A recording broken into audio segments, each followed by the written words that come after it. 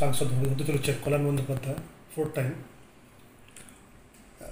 ভালোই সারা এখানে পাচ্ছেন চাপদানিতে, যেহেতু আমাদের চাপদানি হচ্ছে আমাদের মিশ্র এলাকা, আমাদের এখানে বিভিন্ন ধর্মের ভাষার মানুষ এখানে বসবাস করে, তো আমাদের একটু মানে এখানে লড়াইটা করতে হয়, আমাদের হয় প্রতিবারই করতে হয়।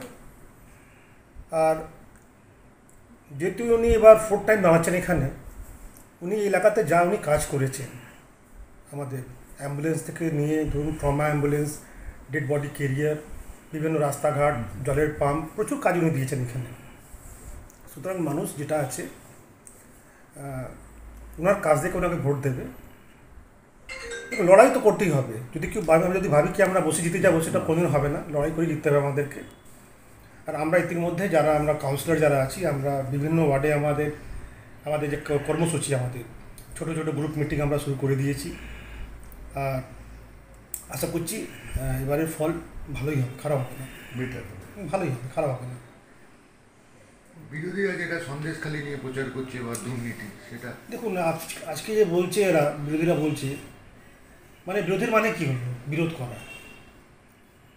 আজকে যেভাবে ওরা সন্দেশখালীকে নিয়ে যারা হাইলাইট করেছে, আজকে কিন্তু পুরো বাংলার ছবি কিন্তু ওরা নষ্ট করেছে।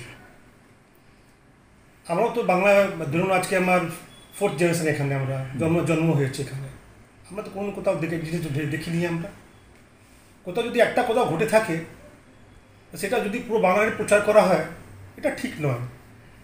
যে দোষ করবে সে শাস্তি পাক, সে শাস্তি পাচ্ছে, তার জন্য আইন আছে, আইন ব্যবস্থা নেবে।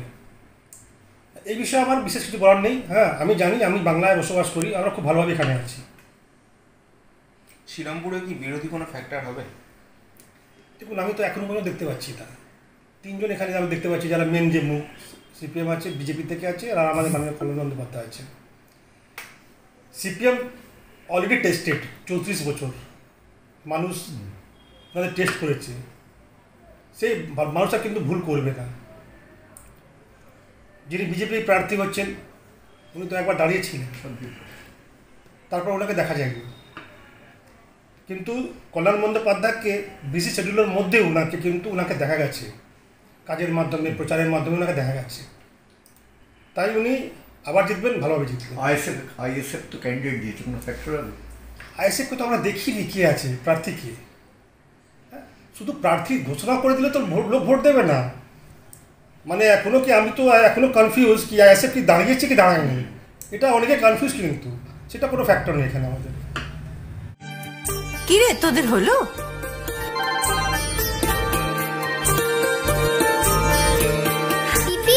বর এসেছে, পড়ে যাবি তো।